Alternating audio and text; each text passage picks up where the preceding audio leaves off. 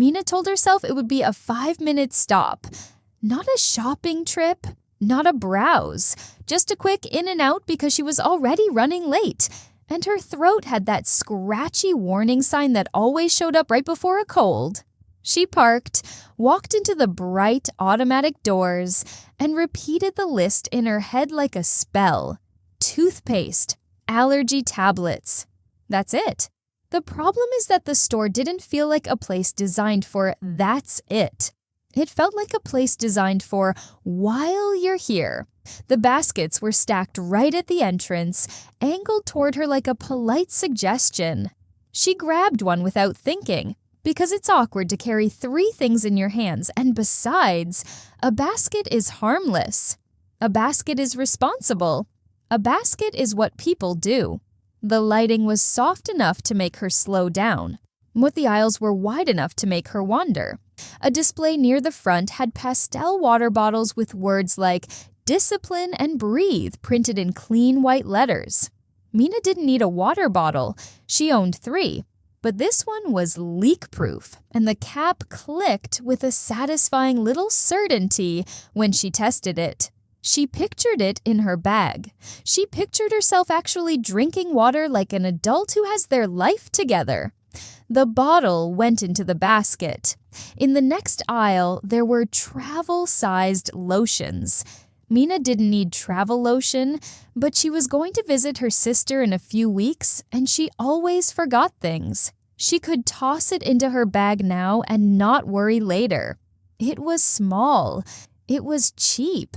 It was basically a smart decision. 2 lotions went into the basket because if you're buying one, you might as well get the other scent too. She found the allergy tablets and grabbed the familiar brand. A large box, more tablets than she'd need for months, but it said best value in bold letters. Value is good. Value is adult.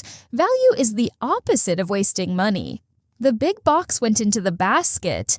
Then she went to get toothpaste, and on the toothpaste shelf, a little red tag screamed that a different brand was 40% off today.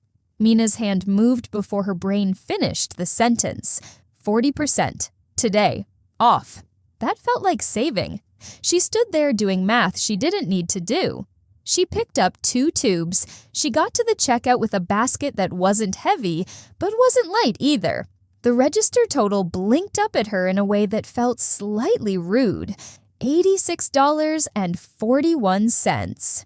Mina stared at it for a second, waiting for her brain to produce the explanation that would make it feel normal. It did.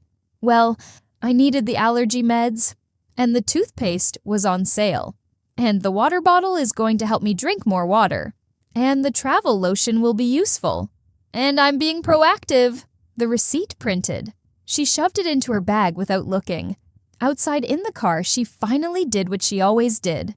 She opened her bank app. She watched the number get smaller. It wasn't catastrophic. It wasn't rent money. It wasn't a crisis. It was just the same story again. A dozen little harmless decisions that somehow added up to a number that didn't feel harmless. And if Mina was being honest, the part that scared her wasn't the $86. It was the fact that she couldn't point to a single moment where she felt like she chose it. It felt like it happened to her. Now here's the part that makes people uncomfortable.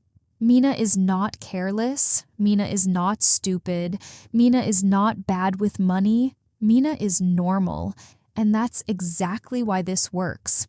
Because there's a version of this story that happens to people with high incomes, and a version that happens to people with low incomes, and a version that happens to people who track every dollar, and a version that happens to people who never look at their bank account until they have to. Different numbers. Same feeling. Where did it go? Now, same day, same store, different person.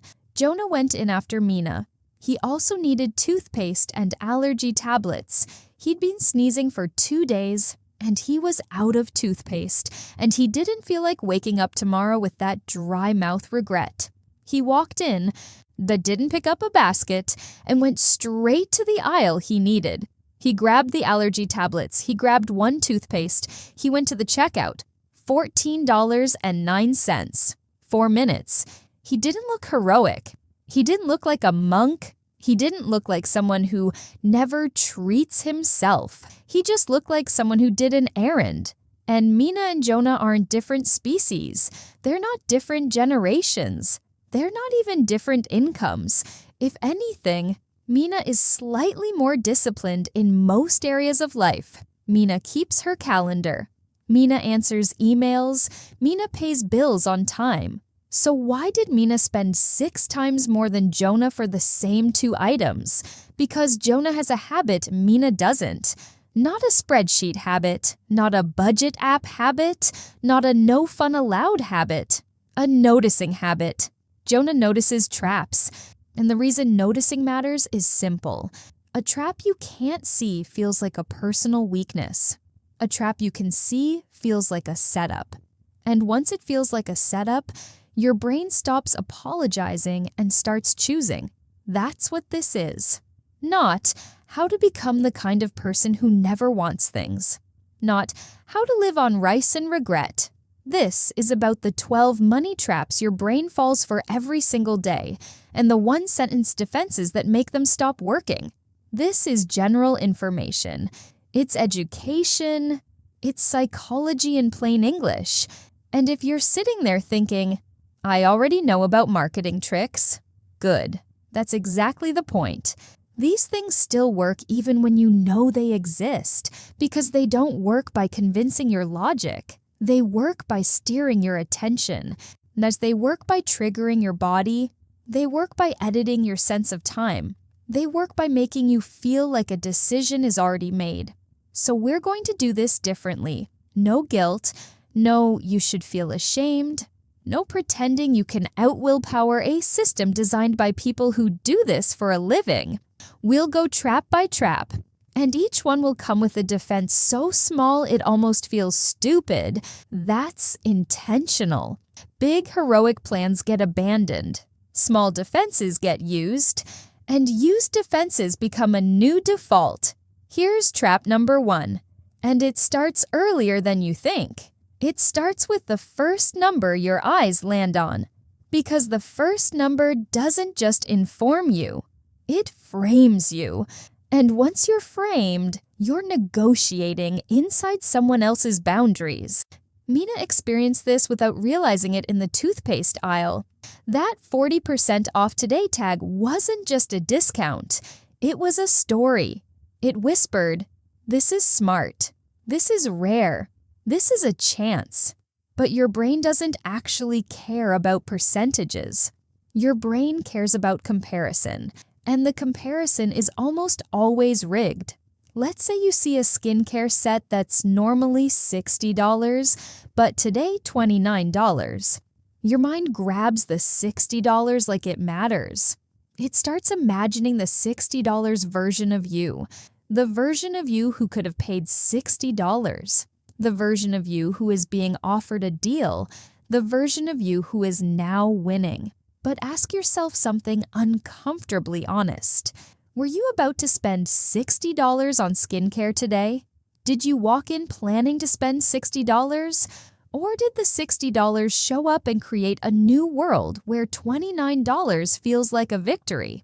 When this is the first trap, the first number becomes the anchor and your emotions orbit it. It turns spending into saving. It turns a purchase into a trophy. It turns, do I want this, into would I be stupid not to? And the anchor doesn't have to be an original price. It can be a fancy version sitting next to a cheaper one. A $900 phone next to a $1,200 phone makes $900 feel reasonable. A $14 sandwich next to a $19 sandwich makes $14 feel like restraint. A $200 jacket next to a $400 jacket makes $200 feel like you're being careful. You're not buying an item. You're buying a feeling inside a comparison. Now here's the defense. It's one sentence, and it is brutally effective if you actually say it out loud. If this were the only price I saw, would I still want it? That's it. Erase the comparison. Make the price stand alone. If the tag simply said $29 with no was $60, would you feel excited? Would you feel like you found something special? Would you still put it in your basket? If the answer changes when you remove the first number, you didn't want the product. You wanted the anchor. And anchors are unlimited. They can be invented, inflated, rearranged, and printed in red. Mina didn't save 40% on toothpaste. She bought 2 tubes she didn't plan to buy because a label told her she was being smart. Now, if that was the only trick, it would be annoying but manageable. But it's not the only trick, because stores and apps don't rely on one trap. They stack traps. They build a hallway where every step pushes you in the same direction. And trap number 2 is the one that makes you feel like you chose the expensive option, even when the expensive option was chosen for you. This is the fake middle trap. Here's how it looks in real life. You're buying coffee.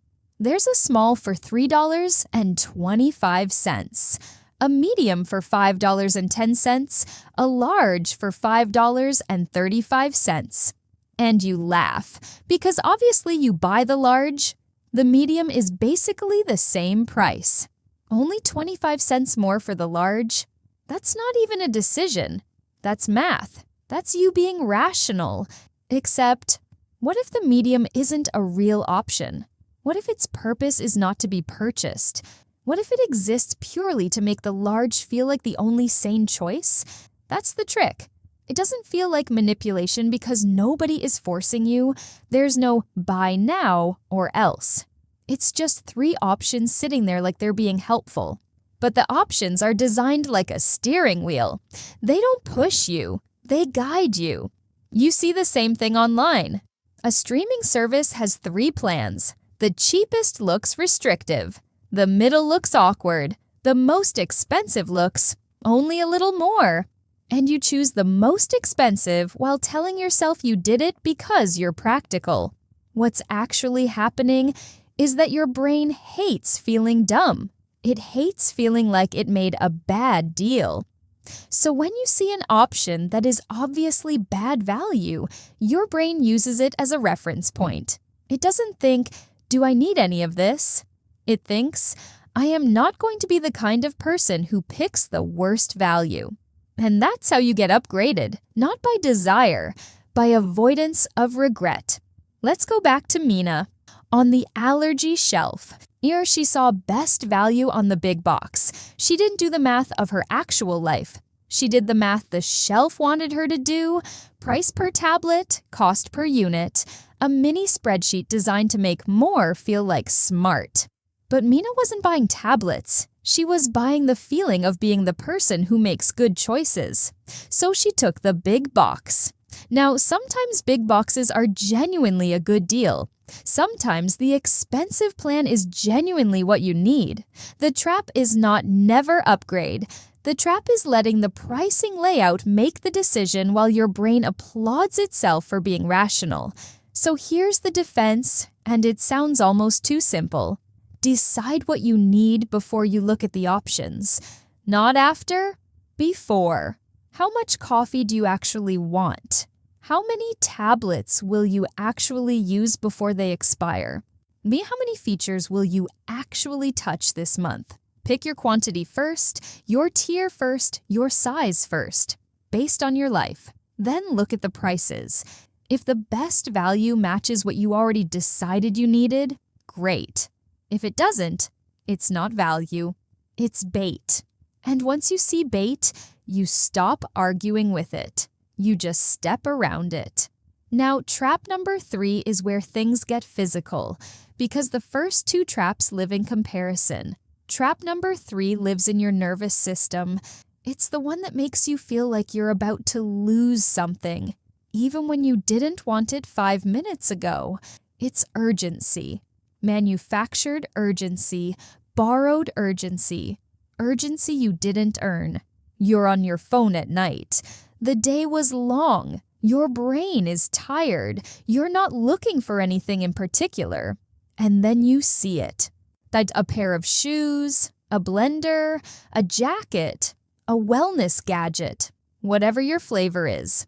And it's not just sitting there with a price, it's sitting there with a timer. Sale ends in 3 hours, 14 minutes, and 22 seconds. Or a little message that says, only 3 left. Or a notification bubble that whispers, 17 people bought this in the last hour. And your chest tightens just a little. Not because you love the product, because your body thinks you're being left behind. Your body thinks there's a door closing. Your body thinks there's a loss coming. And your brain is wired to avoid loss more aggressively than it chases gain. That's not a moral flaw. That's a survival setting. For most of human history, missing out on resources could be dangerous. So your brain treats limited time like it matters. But here's what modern selling does. It attaches limited time to things that are not resources. It attaches limited time to a hoodie. It attaches limited time to a kitchen tool. It attaches limited time to a product that will be available again next week. And once you're in urgency, your brain changes the question. You're no longer asking, do I want this? You're asking, should I risk losing this? Do you feel the shift? One question is about your values. The other is about your fear. That's why urgency is so powerful. It turns purchasing into relief. You buy not because you decided. You buy because you want the feeling in your body to stop. Mina has done this. Most people have. You're in bed, and the thought appears. If I don't buy it now, I'll be mad at myself tomorrow. And that thought feels like wisdom. It feels like you being proactive. But most of the time, it's just anxiety wearing a smart outfit. Now here's the defense, and it has 2 parts. First part, the rule. Do not buy anything optional under a countdown. If it's truly important, it can survive a pause. If it cannot survive a pause, it's not important. Second part, what to do instead. Because just don't isn't helpful.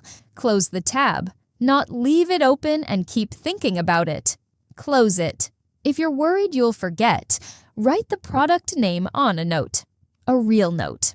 Not a bookmark next to a buy button. Then wait.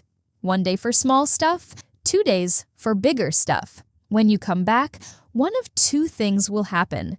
Either the desire is still there, calm and steady, or it's gone. And you can't believe you almost paid to silence a feeling. And if you're thinking, but what if it sells out? Here's the honest answer. If it sells out, you didn't lose a life-changing opportunity. You lost a product. Your life will continue. Your bank account will thank you.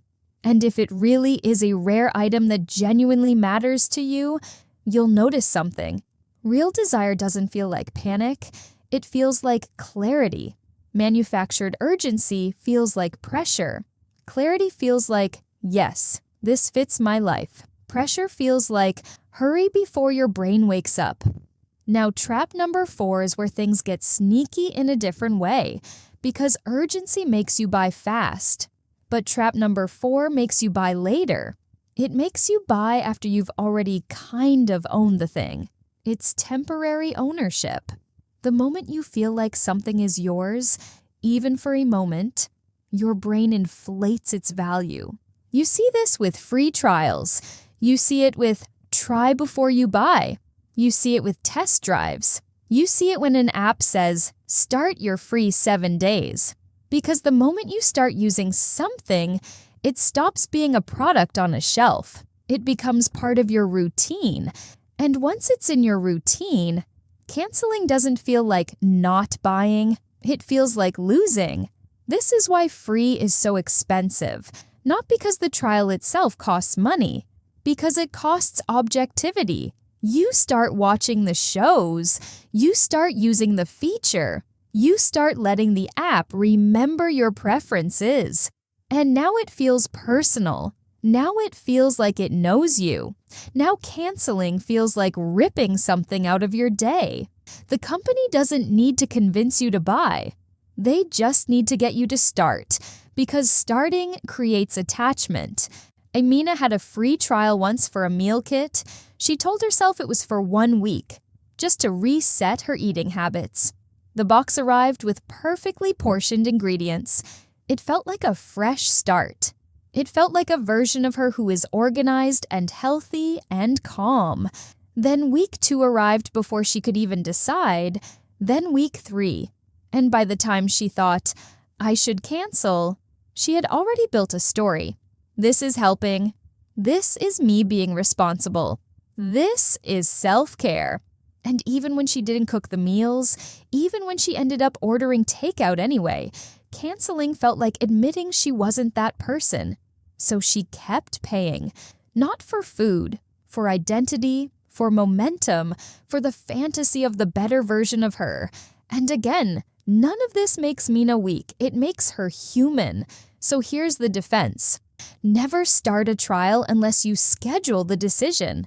Not remind yourself. Schedule it like an appointment. The moment you start the trial, you set a calendar event for 2 days before it ends. And when that event pops up, you don't ask, do I feel like canceling? You ask, if I didn't already have this, would I buy it today? Same question as the sunk cost defense we'll get to later, but here it protects you from attachment. And there's a second defense that's even simpler. Don't trial things you're not ready to pay for. If you already know you're not going to spend $30 a month on it, don't start. Because starting is not neutral. Starting changes you. Now, if that were the only problem, you could solve it with reminders and boundaries. But then comes trap number 5. And trap number 5 is the one that quietly drains people for years, because it uses something that sounds responsible. It uses the language of getting your money's worth, and it keeps you paying for something long after it stops serving you. This is the I already paid trap, the sunk cost trap, the past money trap. Mina has a gym membership. She signed up after a stressful month and told herself it was a fresh start. The first 2 weeks, she went often. She felt proud. She felt like the kind of person who goes to the gym. Then life happened. Work got busy. Her sleep got weird.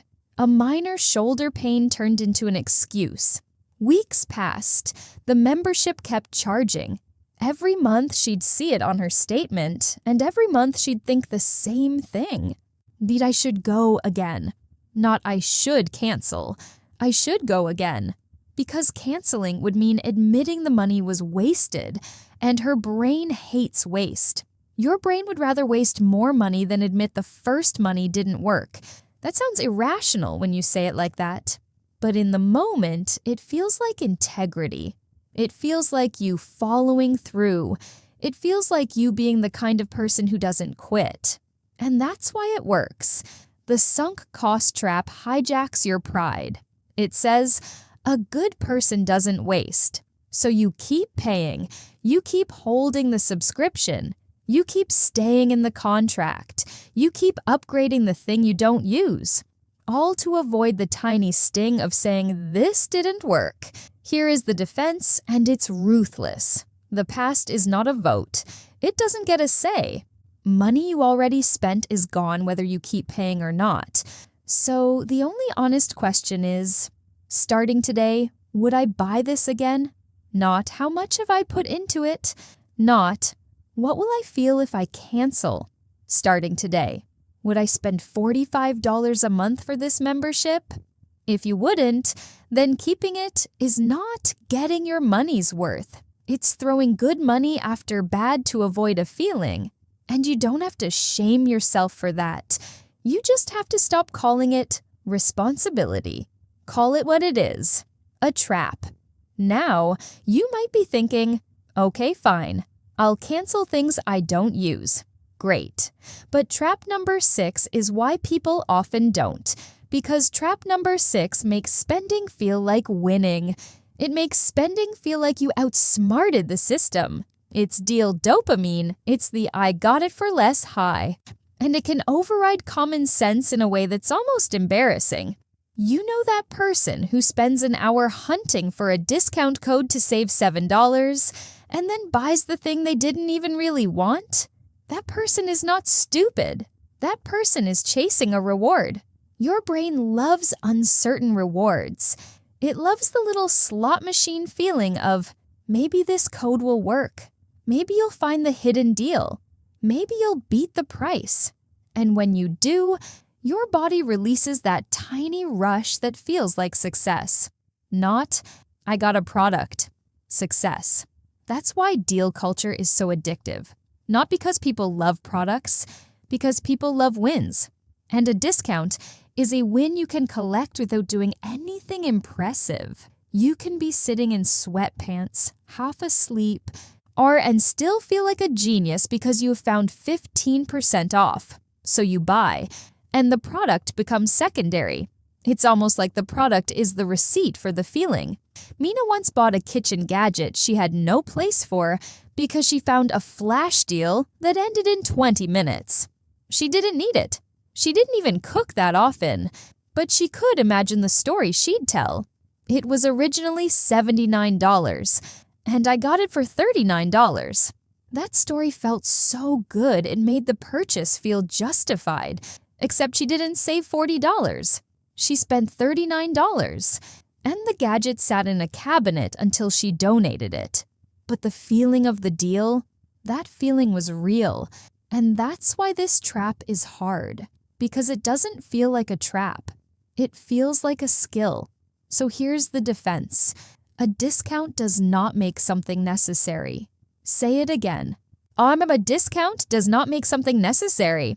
And the simplest reframe is this. Not buying is a bigger discount than any coupon. If you don't buy, you get 100% off. That is not a joke. It's a weapon. When you feel the deal high, don't argue with it. Don't shame it. Just redirect it. Make the win the decision. I just saved $39 by not buying that. Now you still get the reward, but the reward is aligned with your money, not your impulses. And that's where things start to shift, because once you stop letting discounts choose for you, you start to notice something. The real enemy isn't always the product. It's the way paying has been redesigned to feel like nothing.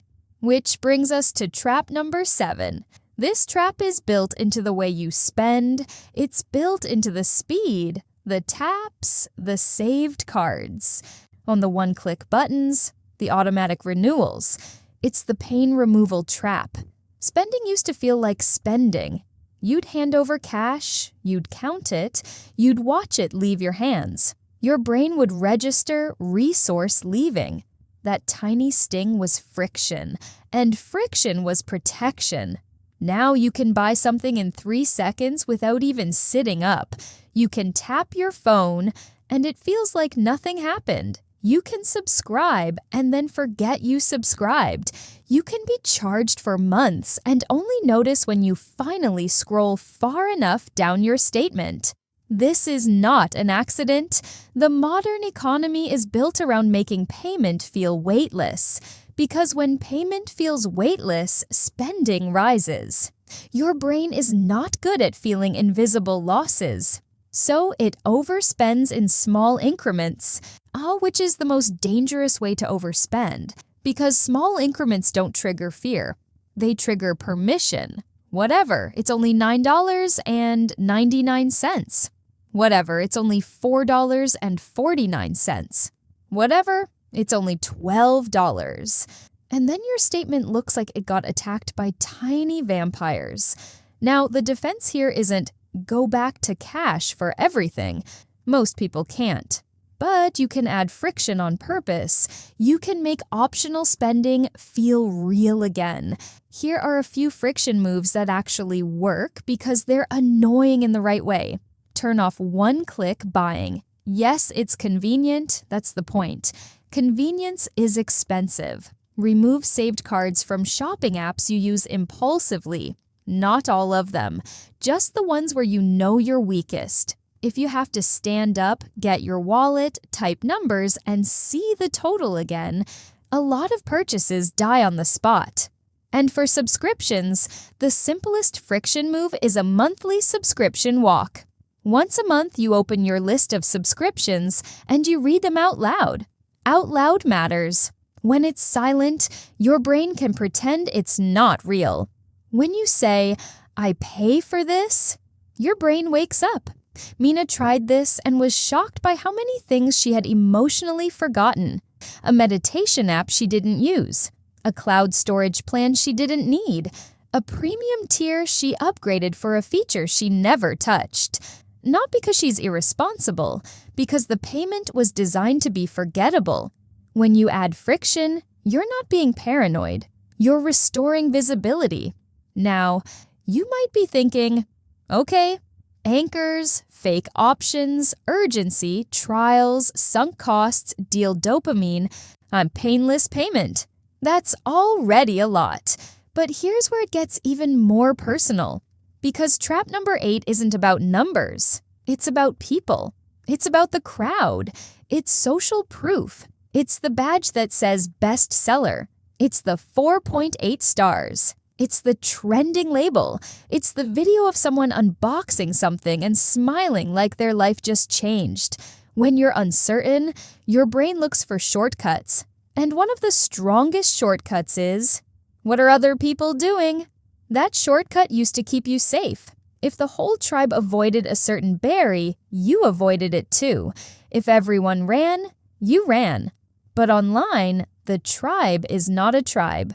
It's an algorithm. It's sponsored content. It's reviews that can be manipulated. It's people whose life is not your life. And still, your brain responds the same way. And it sees popularity and mistakes it for suitability. It sees a crowd and mistakes it for evidence. Mina once bought a viral organizer set because she saw a dozen videos of people transforming messy drawers into perfect grids. It looked satisfying. It looked like the solution to chaos. And when it arrived, it didn't solve anything. Her drawers were still her drawers. Her life was still her life. The organizers became clutter in a different shape, but she bought because she felt the pull of the crowd.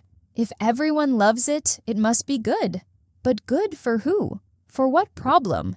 In what home? With what habits? A crowd can't answer that. So here's the defense. Change the question. Don't ask, is this popular? Ask, would I want this if nobody could see it? Would you buy it if you couldn't post it? Would you buy it if no one would know? Would you buy it if it came in a plain box with no aesthetic payoff? That one question cuts through so much noise. Because a lot of modern spending isn't about function. It's about being seen as the kind of person who has the thing. And once you admit that, you gain power. Now, trap number 9 is the one that makes you spend to prove who you are, not to solve a problem, to prove an identity. And this is where the game gets expensive, because identities have no ceiling. If you are a fitness person, there is always another supplement, another outfit, another device, another program. If you are a tech person, there is always another upgrade. If you are a wellness person, there is always another ritual product. Not if you are a minimalist, there is always another perfect item to buy so you can finally be minimal. It sounds ironic because it is. Identity spending is sneaky because it feels meaningful. It feels like self-investment. It feels like becoming. But here's what often happens. People buy the costume of a life they haven't built yet. They buy the gear of a hobby they haven't started. They buy the supplies of a routine they won't maintain. And then the items sit there as silent evidence. Not of who they are, of who they hoped they would be. Mina has a drawer of future Mina items. A fancy notebook for journaling, a protein shaker, a set of resistance bands, a planner system she was going to finally stick to. The items aren't the problem. The trap is believing the item creates the identity. So here's the defense. Mo, prove identity with actions first. Buy the second thing, not the first. If you want to be a runner, run 3 times with what you already own. Then buy shoes when you've earned the need. If you want to be a cook, cook 5 meals with your current pans. Then upgrade one tool based on the friction you actually felt. This flips the script. Instead of buying hope, you buy support. Instead of buying a fantasy, you buy evidence. And that one shift can cut thousands of dollars over time. Now, we're going to pause for a second because if you're listening and you feel slightly exposed, that's normal. The goal here is not to make you feel bad. The goal is to make you feel clear, because when you can name what's happening, you stop treating it like a character flaw. You stop saying, "Gore, I just have no self-control." And you start saying, "Oh, that's the trap?" And the moment you say, "That's the trap," your brain has room to choose. We've covered 9 traps, and you might think the last 3 are going to be smaller.